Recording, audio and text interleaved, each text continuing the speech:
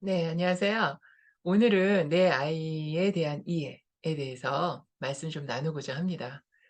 자, 우리 아이들 영어 유치원부터 시작해서 각종 학원에 또 개인 레슨 많이 배웁니다. 자, 부모님과의 관계는 어떤가요? 네, 남는 건 관계밖에 없죠. 그런데 우리 아이가 과제를 미루고 또 어떤 경우는 거짓말을 하고 자, 관심사가 엄마랑 같을 수가 없습니다. 때로는 겹치는 부분도 있겠지만요. 그렇기 때문에 어떤 화가 나거나 감정적으로 부딪히는 것보다는 어떻게 하는 게 좋을까요? 네. 지능 검사도 괜찮습니다. 그리고 core value 가치관이죠. 그 부분도 점검해 보시는 게 좋겠는데요. 제가 오늘은 부모님들께 그거를 좀 보여 드리고자 해요. core value라는 게 다른 거 아니죠? 우리 아이들이 가지고 있는 생각들이 뭐에 근거했는지 뭐 철학까지 생각할 거는 아니고요. 근본적으로는 우리가 생각이 다르고 관심사가 다르니까 부닥쳐요. 그러면 아이가 미숙한데 그 미숙함이 내가 생각하고 있는 어떤 방향하고 다를 때 동시에 나도 화가 나죠. 그럴 때는 이게 인제 감정이 폭발하게 되면 아무것도 잘 진행되지 않습니다. 그래서 어른들도 요즘 자기 계발 뭐 이런 거 많이 하지만 궁극적으로는 우리 아이들이나 부모님이나 각자가 가지고 있는 가치관이 좀 맞아야 될 것 같아요. 자, 그래서 오늘 제가 요 화면 잠깐 공유하겠습니다. 자, 가치관 정리 이런 거 보신 적 있죠? 없으시면 오늘 보시면 좋겠네요.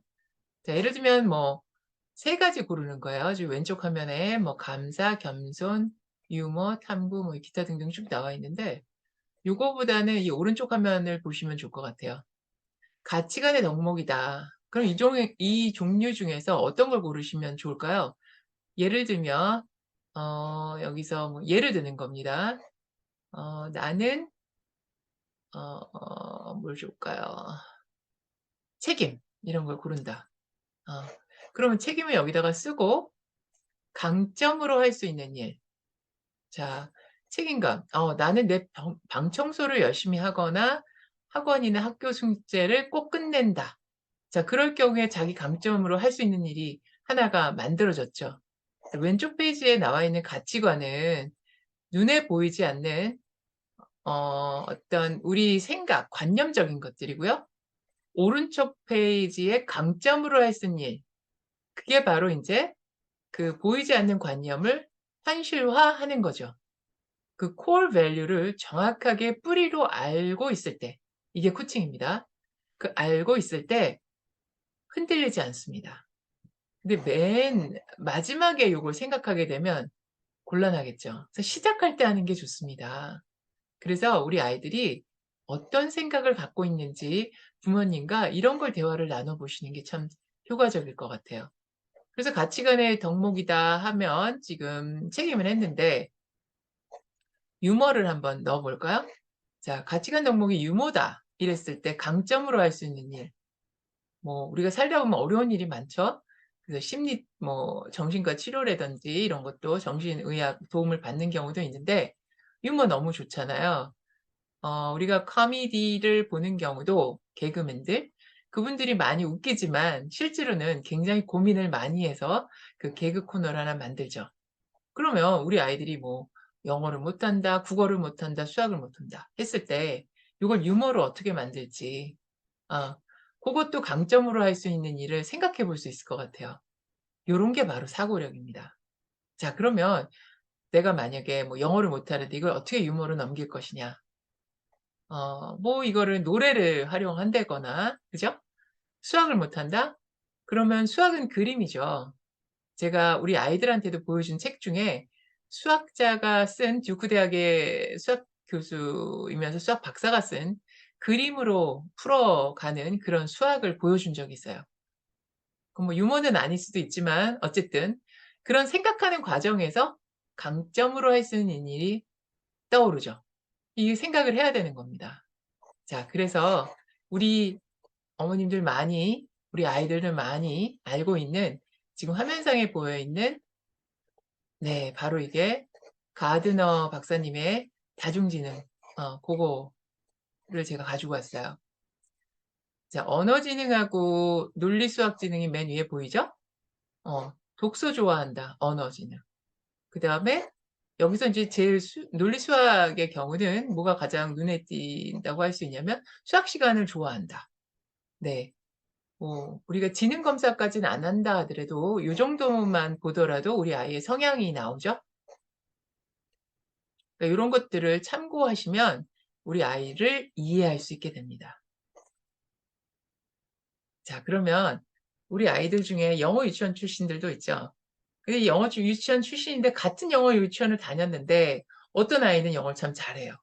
근데 어떤 아이는 영어 유치원 돈만 버렸다. 왜 그럴까요?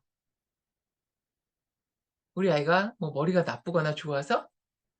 아닙니다. 어머님들 뭐 우리 학생들도 마찬가지고 선물을 받았어요. 그냥 틱 주는 것보다 포장을 예쁘게 해서. 그죠? 어 받게 되면 기분이 좋잖아요. 그 포장의 문제입니다. 영어 유치원 다니면 다 영어 실력이 느는 게 아니에요. 영어 유치원을 다녀와서 부모님께서 현명한 질문을 해 주셔야 돼요. 우리 아이가 얼마나 잘 배웠는지에 대해서 체크를 하실 때 기분 좋게 질문하시면 우리 아이가 또 그거를 엄마한테 가르쳐 주겠죠. 아이들은 자기 인정받고 싶은 욕구가 특히 남자아이들은 큽니다. 그럼 그 인정받고 싶은 욕구를 건드려 주셔야 돼요. 그러면 이제 아이들이 막 잘난 척을 하겠죠. 영어를 배운 것도 그렇고. 그러면 이제 거기서 우리 아이들이 실질적으로 복습이 되는 거죠. 그래서 영어 유치원을 오래 보냈는데 나중에 인제 그 열매가 정말 튼실하게 맺어진 경우는 그 어머님이 현명하셔서 질문을 함으로 인하여 아니면 노래를 부름으로 인하여 이 아이가 잘난 척을 많이 할 수 있었던 거죠. 우리 아이들의 지능이라는 거는 이런 환경에 의해서 얼마든지 더 좋아질 수 있습니다. 그리고 제가 실제로 지도했던 아이 중에도요. 영재 소리 듣는 친구인데 어떤 경우는 이제 외부 시험에 금상까지 받았는데 어떤 경우는 뚝 떨어져서 노력상을 받는 경우도 있었어요. 그런 일이 왜 벌어질까요? 네. 우리 생각이라는 것은요. 내가 생각을 즐기면 상상의 나래를 필 수가 있지만 생각이 스트레스가 되면요. 그냥 머리가 하얘져요. 안 떠오른다는 얘기입니다. 우리 아이들 중에도 시험 때마다 불안한 친구들이 있습니다. 그럴 경우에는 우리 아이의 성향을 파악하셔서 유머 감각을 가지신 부모님이 될 수 있도록 부모님도 노력하셔야 돼요. 우리가 한 팀이잖아요. 근데 우리 아이가 내가 못하는 거를 잘하면 굉장히 엄마 아빠가 기분이 좋겠는데 우리 부모님이 부족하다고 생각한 거를 우리 아이가 역시 못해요. 그럼 이제 화가 나는 거죠. 왜냐하면 그 친구의 약점이 내 약점하고 부딪힌 거예요.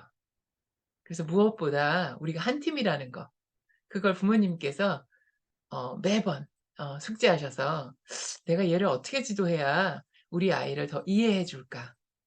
고런 쪽으로 접근하셔야 됩니다. 그 영어 유치원 얘기는 꼭 잊지 마세요. 일반 학원도 마찬가지입니다. 우리 아이가 학원 보냈는데 왜 성적이 이 모양이냐? 혹은 발음이 왜 이러냐? 그거는 복습이 안 돼 있는 거죠. 학원에서 예습 위주로 하는 학원들이 있습니다. 물론 저희도 그래요. 상위권을 지향하는 친구들은 예습을 먼저 하고 뭐 예습한다고 뭐 공부를 막 대단하게 많이 한 게 아니라 뭐 인제 한번 문제를 풀어 보거나 아니면 뭐 리스닝 들어보거나 이렇게 대략 하고 왔어요. 그럼 수업할 때 훨씬 더 한번 들어본 거니까 유리하겠죠. 이럴 때 아이가 공부할 때 훨씬 더 편안한 느낌과 쉽게 받아들입니다. 이 수용성의 문제는 굉장히 중요한데요. 어떤 어려움이나 일단 받아들이고 나면 내가 생각해서 해결할 수가 있을 텐데 받아들이지 못할 경우에는 이제 감정적으로 부딪힙니다. 그게 자꾸 쌓이면 네 너무 많이 쌓여서 어떻게 풀 수가 없는 거죠. 그래서 지금 현재 어떤 위치에 있는지 한번 생각해 보실 필요가 있을 것 같아요. 그리고 무슨 문제든지 간에 하나씩 하나씩 실이 막 꼬였으면 하나씩 하나씩 풀어가야겠죠. 저희 외할머님이 이걸 굉장히 좋아하셨어요. 아니 저희 친할머님이. 외할머님은 이야기를 되게 좋아하셨고 친할머님은 실 이렇게 꼬여 있는 걸 이렇게 푸는 거 그걸 또 되게 좋아하셨어요. 어린 기억에도 아직 나네요. 외할머님이 오시면 매번 옛날 얘기를 해 달라고. 그리고 얘기를 참 재밌게 해 주셨어요. 근데 이제 또 얘기해 달라 그러면 또 "아이고 또 얘기해 달라 그러냐." 그러면서 또 얘기를 인제 만들어 내시는 거죠. 그리고 저희 친할머님은 이렇게 뭘 풀어내는 걸 되게 좋아하셨어요. 그래서 우리 아이들도 이 어렸을 때의 어떤 다양한 경험들 그리고 자기 자신을 어떤 사람으로 생각하는지 그 자아 효능감이라고 하죠. 혹은 자존감. 이제 효능감, 유능감은 이제 내가 뭘 했더니 '아 내가 할 수 있어.' 자신감 이런 것들. 그거를 아직 만들어 주기에는 너무 어리다? 아니요. 뭐든지 할 수 있습니다. 집안일 좋습니다. 가위질 좋습니다. 이런 모든 것들이 우리 아이들한테 유능감을 주게 돼요. 꼭 학교 성적만이 아닙니다. 그런 자재구레한 거에서 우리 아이들은 '아 내가 우리 엄마, 우리 아빠를 도와드릴 수 있어. 인정받았어.' 이런 것들 생깁니다. '아 그거 하지 말고 책 봐. 공부해.' 이런 얘기보다는 그런 작은 것부터 시작하는 게 정말 중요합니다. 왜냐하면 인정 요구 때문에 그렇죠. 그리고 정리해서 말씀드리면 우리 아이들 학원에서 배운 내용들을 폼나게 자랑스럽게 뻐길 수 있게끔 기회를 주셔야 돼요. "숙제했니? 어디 보자." 이게 아니에요. 그렇게 되면 우리 아이들이 기분이 별로 안 좋습니다. 제가 너무 아이들 편에서 얘기했나요? 네. 부모님들은 성인이시잖아요. 네. 제가 부모님들의 그 노력하시는 그런 부분들을 모르는 게 아닙니다. 저도 인제 그 내공이 좀 쌓이다 보니까 이렇게 살짝 여유를 부리는데요. 쉬운 길은 아닙니다. 그래서 부모님께서 일단 "아이들과 함께 성장한다." 아니 내가 이렇게 무슨 성장할 게 뭐가 있어. 아니고요. 우리 죽을 때까지 성장하잖아요. 어 우리 뇌 세포가 과학적으로는 연결된다고 해요. 뉴런들이 더 만들어지고. 그래서 정말 우리 아이 공부하기 어려운 것 같다. 내가 너무 화난다. 이러면 과학의 도움을 받으셔도 좋습니다. 요즘 지능 검사 뭐 이런 거 있잖아요. 그래서 아주 저학년 때나 초등 고학년 때 요렇게 잠깐 받아 보시는 것도 괜찮습니다. 그래야 우리 아이 "몇 킬로지?" 혹은 "키가 어떻게 되지?" 똑같아요. 우리 머릿속에 어떤 생각을 하고 있는지, 우리 아이가 왜 산만한지, 집중을 어떻게 도와줘야 되는지. 그런데 그게 바로 누구하고 하느냐 이라는 거죠. 공부법도 중요하지만 "나는 이 선생님 너무 싫어." 아니면 "여기까지 오려는데 너무 오래 걸려서 그 학원은 싫어." 뭐 여러 가지 이유가 있을 수 있어요.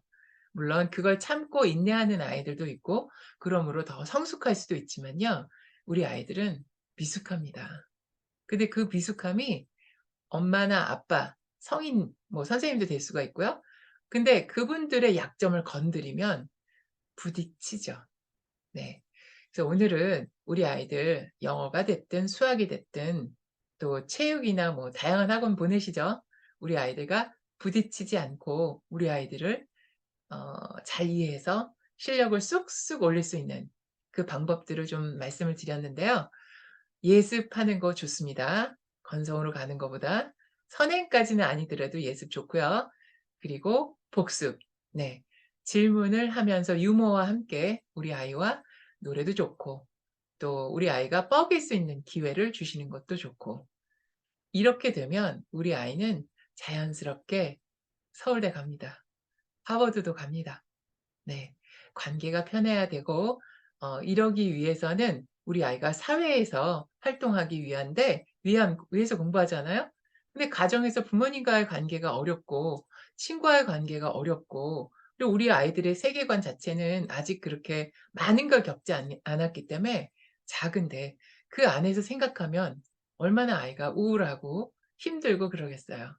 네. 이 박스 안의 사고를 탁 뛰어넘어서 박스 밖의 사고로 넘어갈 수 있도록 우리 부모님들, 어른들부터 또 원장님들, 선생님들부터 마음 자세를 바꿔서 마음을 풀고 쓰고 또 우리 머리 생각을 풀고 쓰고 마음 쓰고 머리 쓰고 그래야 될 것 같아요.